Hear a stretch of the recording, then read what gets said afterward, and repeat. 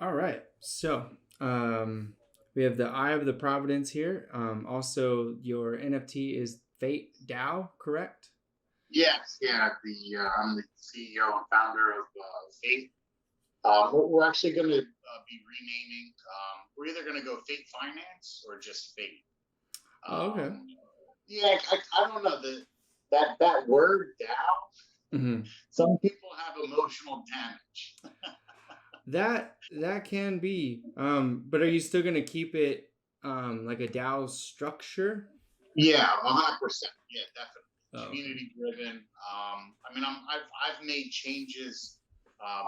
Our Discord came online at the end of August, so Hmm. we're just hitting 2 months on Discord, Okay. and within that time frame, I've already listened to the community quite a bit and have made changes, even without there Hmm. any governance tokens being out there.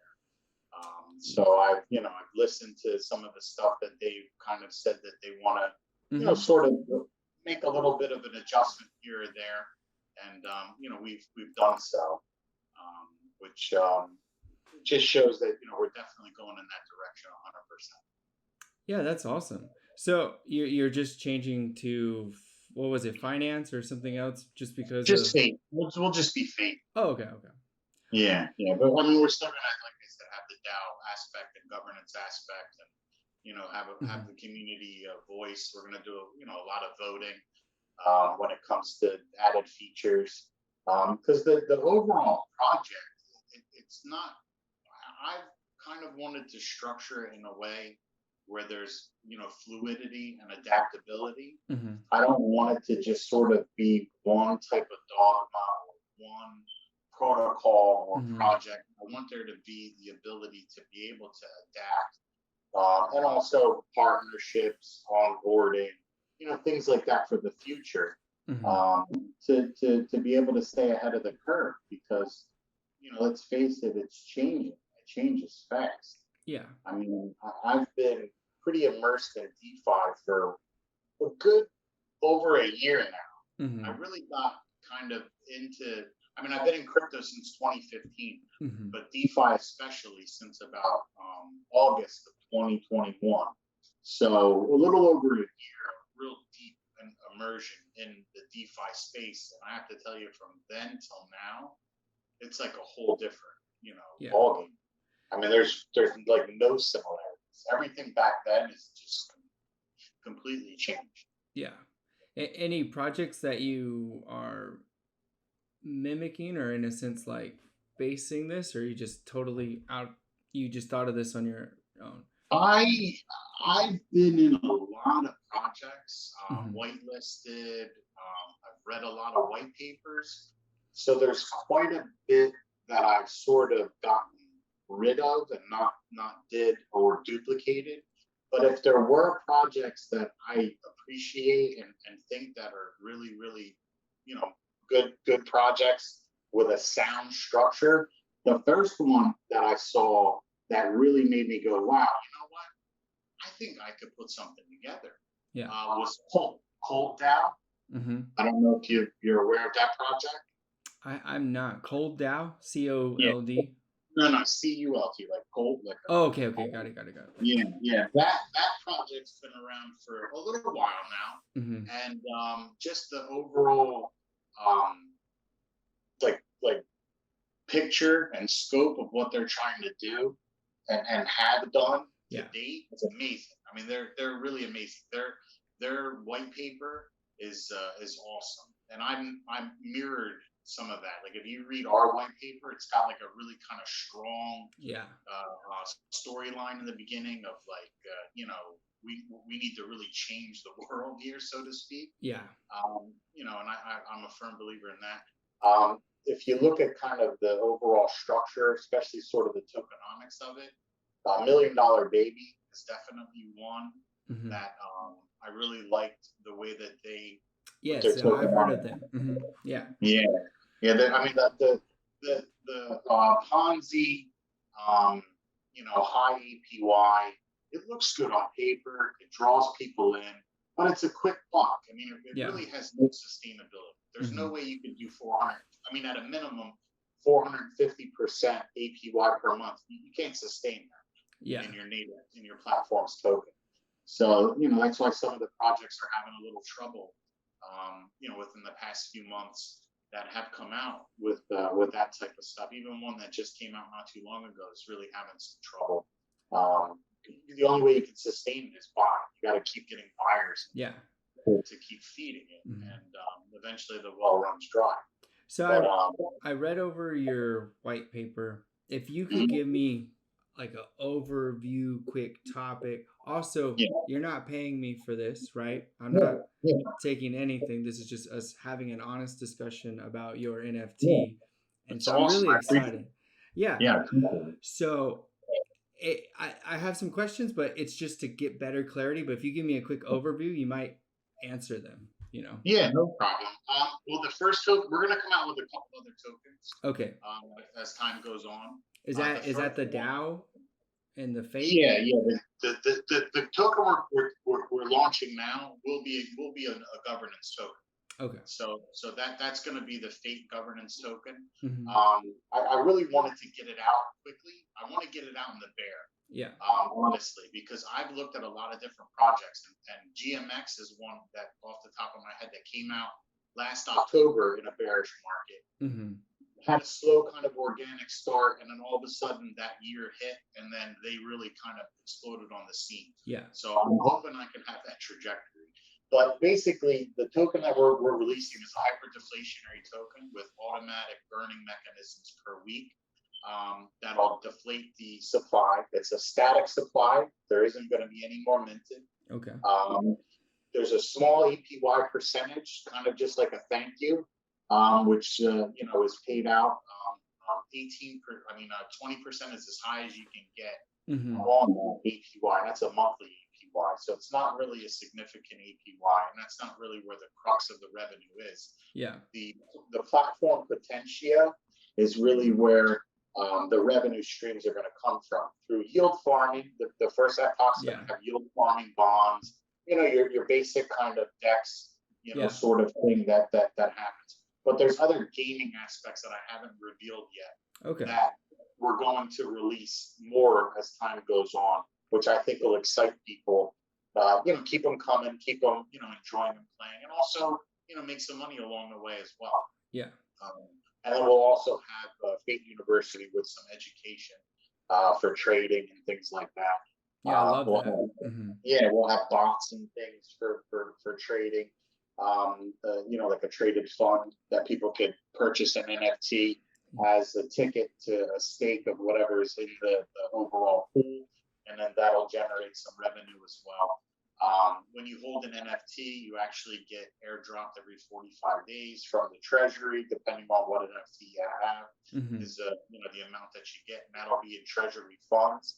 So overall, I'm trying to keep the sell pressure down when it comes to the actual Fate token by keeping the emissions relatively low, keeping it deflationary, and also keeping it so the use cases to interact with the actual platform.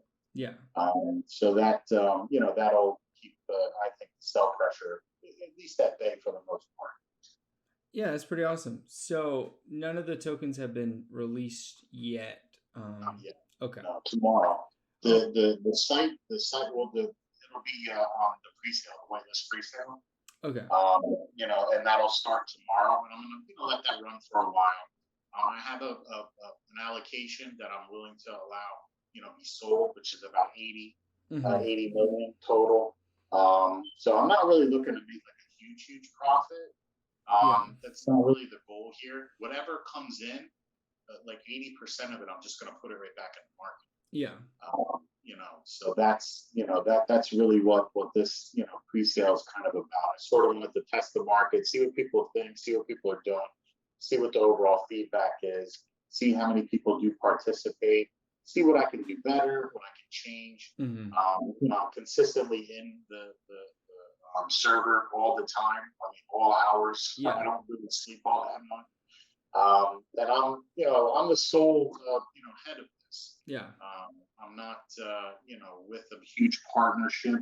So I feel that things can happen a lot quicker that way. Yes. Where there's not a whole lot of steps that need to be taken, or everybody needs to come together. Community says what they think. We can dissect it, put it together, take the good, get rid of the bad, move on.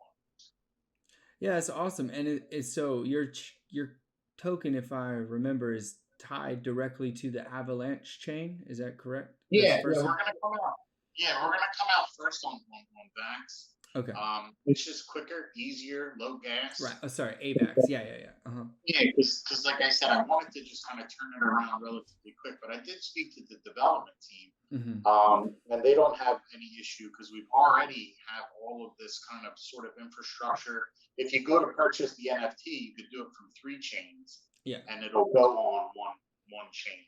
Okay. Which was ETH. It would go on ETH. We're going to move them to VAX because it's easier to do the airdrop for the revenue sharing. But when we do launch publicly, which will be in about a month from now, I'm going to shoot for the end of November, and I think we should be able to hit it. The Potentia platform will launch with everything that's on the server, and that'll be the first FNOC. And then like 10 or 15 days after that, we're going to start adding more features, doing votes to add features. Okay. But when the actual public launch happens for Fate, it'll be paired with BUSD as well. So it'll come out on VAX and BUSD. Okay. And so how are y'all going to do the voting? Is it just like polls or something? Yeah, just a polling. Yeah, just a simple polling. Maybe like a Google, doc.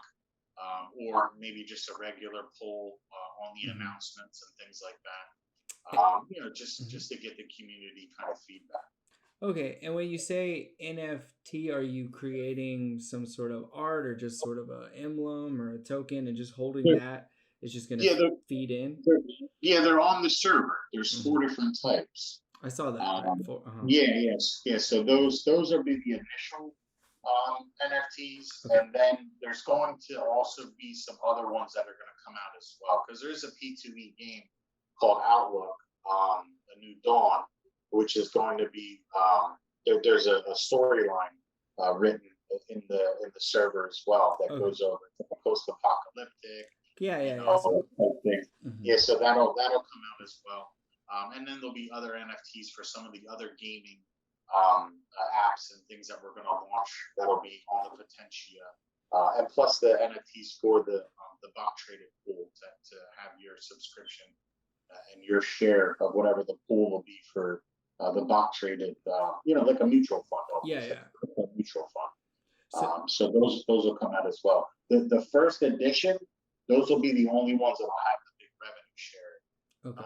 As this grows more and more, I can't really pay that out for everyone consistently and still be able to function. So the next generation, it'll be a little bit less because it's gonna start growing. Right. I just want to make sure it's fair for everyone. So on your team, real quick, so I noticed that the NFT, one of them was 0%. So is it random? Like you're gonna mint and then it's a random because there was, or is that? It was like the bottom one. It said like 0% payout. Is that correct? There was like 4. Yeah. So is it random? Yeah, no, they're not random. You can actually go and pick the one that you want and then purchase. And they have set prices for each. The highest tier, the Immortal. Yeah, I saw there's an 18% bump when it comes to the revenue share, and it's 20% APY. And that purchase price of $225 is also part of your stake as well. So when you stake Fate, it'll be $225 worth of Fate plus whatever it is that you stake on top of that. I mean, technically, you're getting it for free in a sense. Yeah. Because you're buying the NFT and then you're giving me $250 worth of token, and then APY would be, you said 20% or 18% for 20% every year. I mean, those are big numbers. That's and they're not astronomical. I mean, I don't want this to look like it's like a get rich quick. Yeah. Because it's not. It's a sustainable, kind of more of a long term, more reasonable. Yeah. I mean, it's better than what you'll find, if you put your money in other places. Yeah. And then also with the token, having the mechanics of being deflationary, that'll grow. I mean, if you look at, the $1 Million Baby um, um, chart, it's doing well. Mm-hmm. The one thing that they're running into, and that's the thing that I wanted to change, is their features are kind of limited. Like their platform, there isn't a whole lot of new kind of things that are coming out. Yeah. Where I want to sort of hedge that with new features and keep adding and coming out with different features, different things that people can participate in, P2E game, casino gaming type things or stuff like that we're going to introduce. And then also, more yield pairs, things like that just kind of, sort of freshen it up and just add more things to it so people can participate more and want to participate. Mm-hmm. So, what would be the benefit then of me buying the one at 0%? It's cheaper. If you don't want to, go all the way up to that price. But what I've also decided to do, I don't know if you saw as well, the first 100 that purchase, via the whitelist, they're going to get a free the Wanderer NFT. Okay. So they will get a free Wanderer NFT. The Wanderer. Yeah. Now it's a 0% for the revenue sharing boost, but you still get revenue. Okay. That's just an added boost. Okay. So you're still going to get an algorithm, production of percentage of the revenue from the treasury, and then you're still going to be able to stake onto the platform at a 10% APY for Fate tokens, and you'll have a $50 lockup as well. So there's some benefits to buying early for sure. I'm trying to incentivize early adopters because I feel they're the ones that are given the most risk when it comes to it. So when this does move in a positive trajectory, gains momentum, and starts to do what it's supposed to do, I really want those guys to get rewarded the most because they're the ones that have, let's face it, the most faith. Yes. Early adopters, right? They took the risk too. Exactly. And I feel that the early adopters in a project like this versus an inflationary project have a lot more to gain because as time goes on, the token is a little more scarce. Yeah. The overall eco starts to grow. So there's more, happening. There's more revenue. There's more liquidity. There's more options. There's more stuff going on. Whereas, I've gotten hooked into the other projects where you buy the whitelist and then 2 weeks later, it's like less than what you paid for it. Yeah. Because it's just so much emissions. Yeah. And then you look at the chart, there'll be 500 sales and like 150 bonds. Yeah. Just completely unsustainable. You got to flip it. You got to put it the other way. You got to make it so that token's got value to put into different vehicles, different gaming, options to keep the overall system, running the way it should. And so if I am, right, I'm letting my community see you, what in your background should they feel good about, the warm and fuzzies that, hey, this guy's a good CEO. He's going to drive this ship home, Yeah, I think that's a great question. I've been a broker for 21 years. I've sold, probably close to $300 million worth of real estate in my career.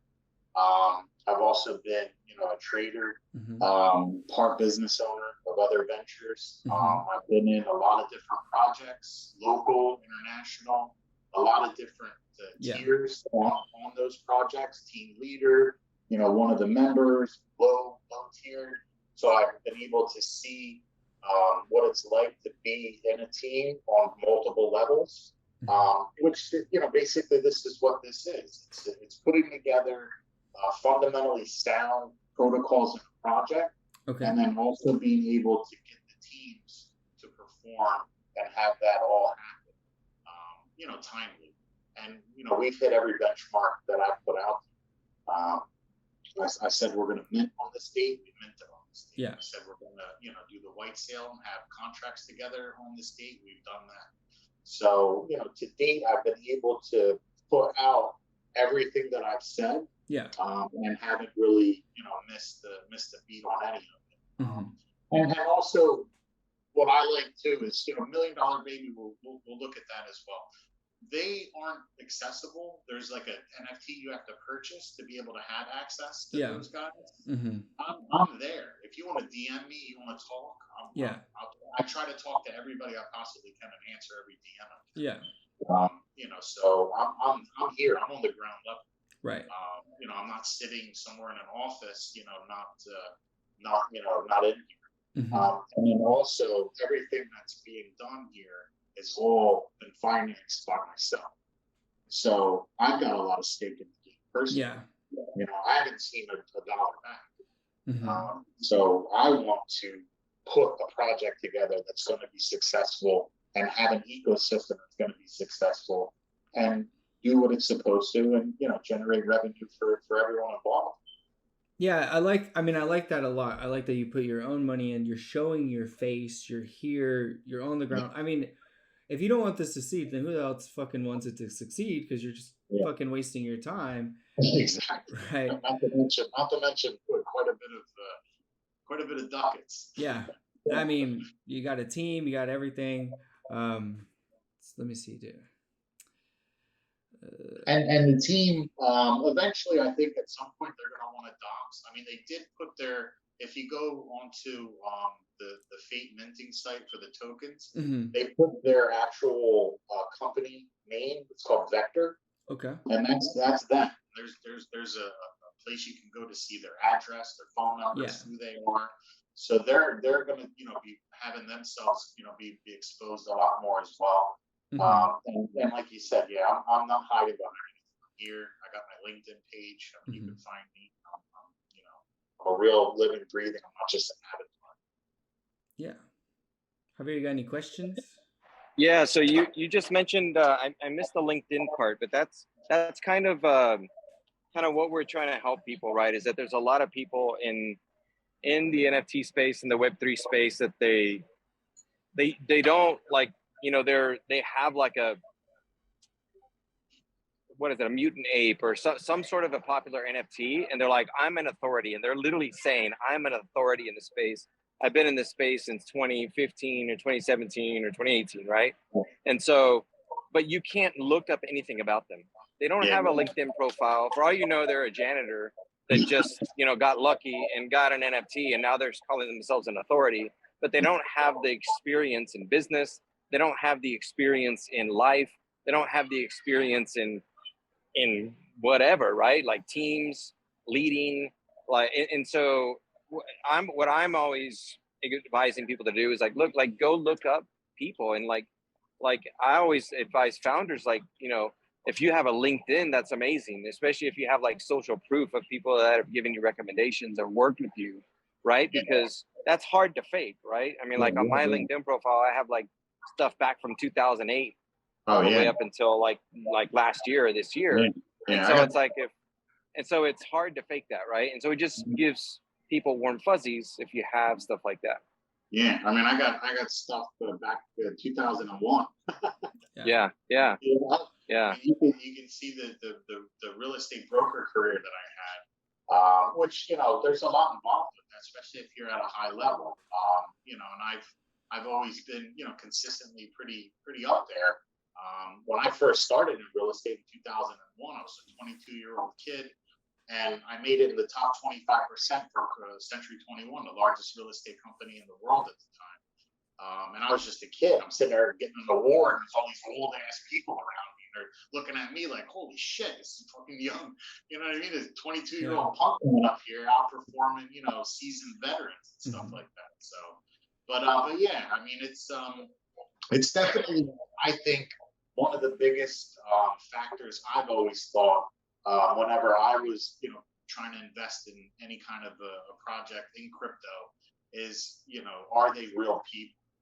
And when they present themselves and show you that they are and give you the option to, look them up and see them, I always felt a lot more secure and more comfortable. Because if they're willing to expose themselves like that, there's accountability. There's some accountability. It's very easy to just disappear in this space. And don't get me wrong. Like, I'm not saying that people that, don't have a lot of experience can't do a good project. They can absolutely do a good project. Yeah. But if you're looking at this space in the long run, I mean, the vast majority of companies, 95 to 99% of companies fail in the first 5 years, right? Oh, yeah. And so the people that have had business experience, the people that understand what a business is and what it takes for it to be a long-term success, it's, that gives me the warm fuzzies of getting involved in projects like that. But that doesn't mean that somebody that's just brand new, out of whatever, like 18-year-old couldn't do something successful. But I think a lot of people are very focused on the short term. It's like, oh, this is cool and this is that. But okay, what about long term? Like, what is the long-term plan? Do I believe that this person or this team can make this be successful in the long run? And that's when I look at, when I look at investing in something, I'm looking at the business aspect of it. Where is the business savvy coming from? What is the use case, that kind of stuff. So that's where I think the LinkedIn and the history helps, but it's, it's a team effort, and that doesn't mean somebody brand new and with very, very little experience can't be successful. I think it just helps, to give people the warm fuzzies if you're docs and you have that information out there. That's why I believe really in this space that art doesn't necessarily matter. There are some amazing 3D artists that get a decent following, and then they go to create an NFT and they mint it out, and then 3 to 4 months later, it's fizzled down to nothing because they didn't have the business savvy skill. They had the art, they had the community, they were hyped about the art, but they didn't know how to deliver the utility. They didn't know how to keep the team together. They didn't know how to market. They didn't know how to create a correct website and keep funneling and coming back. And those projects just, the floor falls, and then the excitement falls, and then that's it. Like, I mean, that's 100% true. I mean, there's so much out there. There's so much information. There's so much art. There's so many different styles. There's so many different things, top to bottom. Not just in this space that people get attracted to or want to do or whatever. But if you don't have any kind of fundamentals or any usefulness or any use case for what it is you're putting together that actually generates revenue. I mean, that's something I consistently stress anytime I ever talk about, Fate and what we're trying to do. I want revenue. I need to generate revenue, real revenue, not taxes, not that stuff, not extra buyers, not people coming in, but actually figure out ways to generate real treasury revenue, real income, and that's first and foremost, that always has to be in everyone's mind that's putting anything together like this. There has to be some type of utility. And NFTs without utility, tokens without utility, platforms without utility or revenue, they're going to fall short at some point. They're going to die. And there has to be also adaptability, and there has to be some type of a vision and a roadmap and what it is that you're trying to do. I mean, there's a lot that I haven't disclosed yet that we're trying to finalize to make sure that it's 100% possible. So, once that gets a lot more ironed out, then, there'll be more innovative and cooler things. And I really want to try to find other people and other projects out there as well and do some cool collabs and some partnerships with other projects that, maybe are doing this, but can't quite have this. And then maybe we fill a gap, and then all of a sudden now, something new kind of blossoms. Yeah. But yeah, the fact that I've been, able to be in business, since I was in my 20s, and I'm an old man, I guess, now in this space, especially. I just turned 44. I remember I talked to somebody else on a Twitter space, and I was like, "Yeah, I'm 44." And he was like, "Holy shit, you're 44!" You know what I mean? Like I'm 45. I'm 45. Don't feel bad. Yeah, I was like, Jesus Christ. I'm 19, so I don't know, man. Yeah, right. But But no, what are you, 30, Charles? 19. No, you're 30. He's 30. but no, having life experience and being able to work with people and teams and being able to keep everybody focused on the mission at hand, being able to deal with personalities, being able to deal with people, acting up or, maybe, slighting you or whatever, getting people motivated. That's a huge part that comes with time. You can't just roll out of high school, put an NFT together and then get a team together and learn it on the fly. You got to get some seasoning. And again, like you said, yeah, people do put stuff together and they do amazing work. And there are a lot of people out there that are unbelievable and have been able to do stuff like that. But they're pretty rare. They're pretty rare. You need some season out. You need someone to tell you that has told you to go fuck yourself.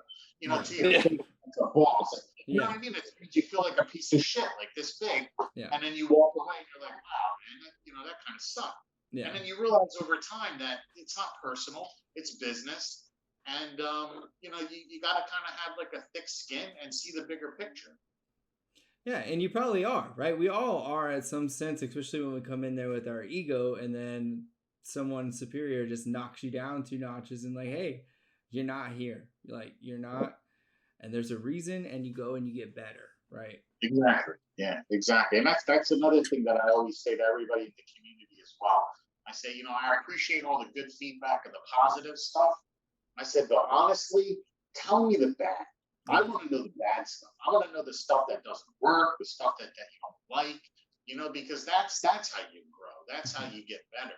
You get all out of voice and everything. You don't, you know what I mean? You don't know where you stand. So, my team as well, the mods that I have, the devs that I have, because I'm an idea guy. Like there's one lead dev, he sometimes gets sick of me constantly sending him shit like, oh, what about this? Can we do this? What about this? And he's like, Jesus Christ, man.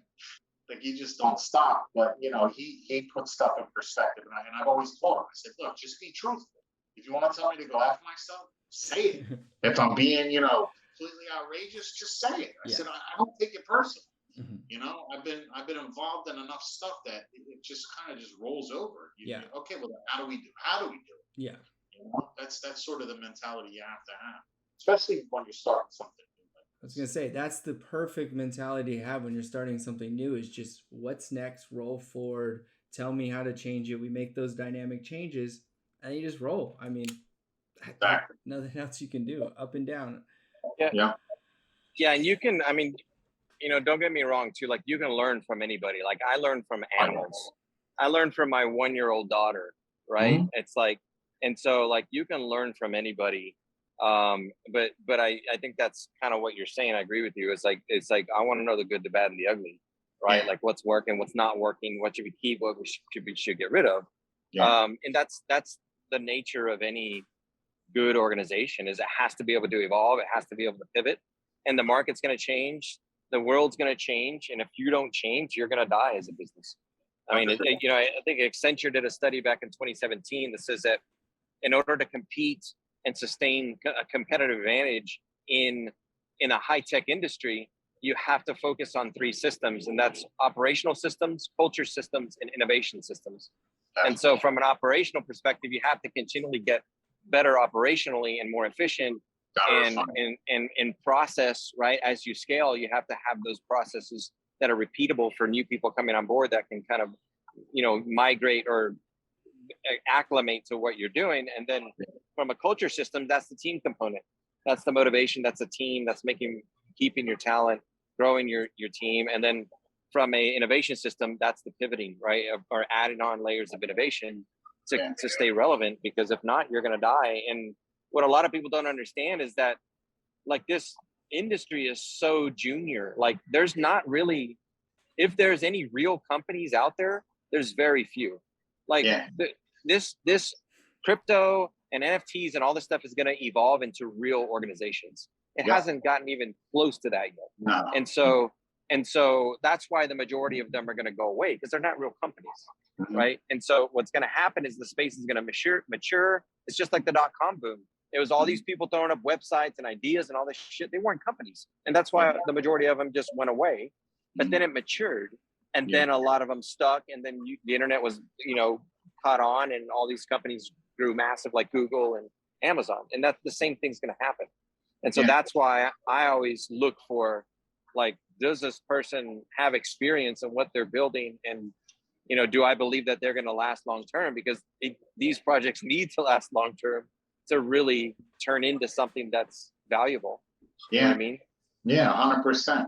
And you just reminded me of what Warren Buffett always said. He doesn't buy stocks; he buys businesses, and that's Absolutely. That's what you got to look at when it comes to investing in any of this stuff. Is the tokens and the art and all that stuff. It's cool, but what are the bones of it? You know, what's the actual system there? Who's running it? Who's manning the ship? You know, who's putting this all in place? You know, and what kind of dedication do they have to it? What kind of experience, background? You know what I mean? It's got to check off some of the stuff. Yeah. And I mean, even ultimately, you could check off every box, and it could be an amazing all-star of everything, and it'll fail still. You know, so there are no guarantees, especially starting something new. Yeah.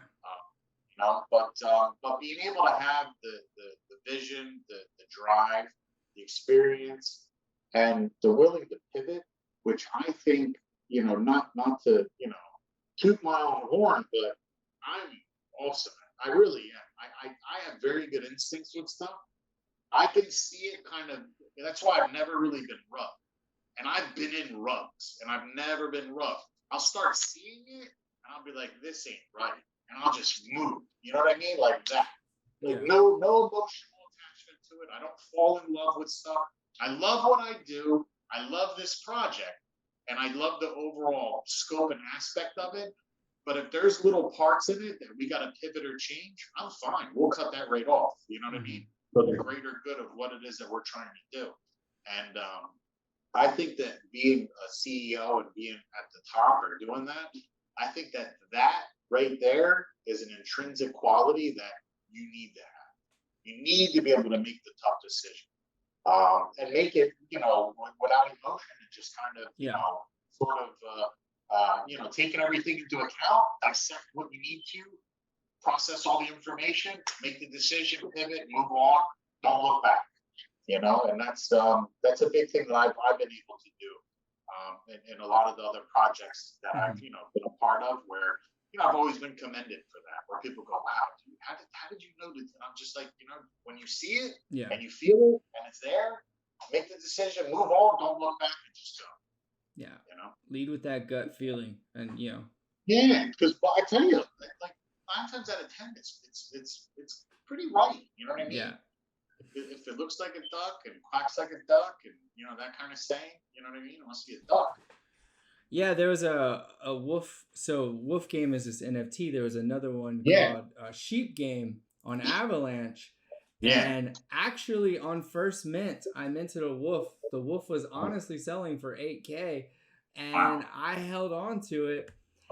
Right. But over time, I mean, I sold out. We still did good. But now the founder left, complete FUD, ruined the project for no reason on Avalanche. And there was like moments where they were like hesitating, not communicating as much. So I was like, I'm out. Like I already made back what I put in times 3. So let's just call it a day here. And then they pulled the rug. They just completely left. And then everyone's like, oh, I had that feeling. I had a feeling this was coming. And I was like, no, you might have, but you didn't act on it. And you have to know when to act on it. So 60 seconds, tell us why. This is going to be a short. So tell us why, your project, fate.com, right? Go. Why it work? No, why? Sorry. We're finishing up here because it can only be like around 40 minutes. So last 60 seconds. This will be a single clip by itself on YouTube. Like brief what your project excites, boom, why they should get in it.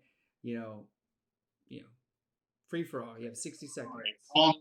Well, Fate DAO started out as a vision that I had when it came to the DeFi overall, and the projects that seemed to have all the hype in the beginning, and then the inflation kicks in, and the projects seem to just keep fizzling out.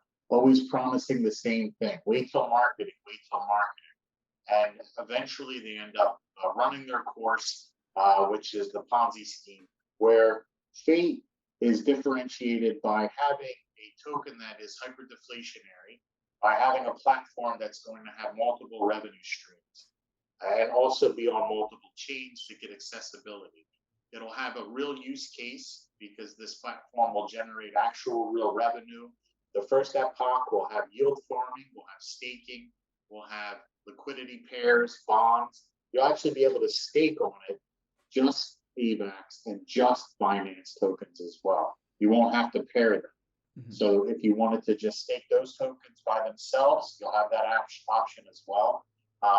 As we move further along, there will be more epochs that will be introduced. There'll be other revenue generating platform apps that will be introduced over the coming weeks after it is launched. Mm-hmm.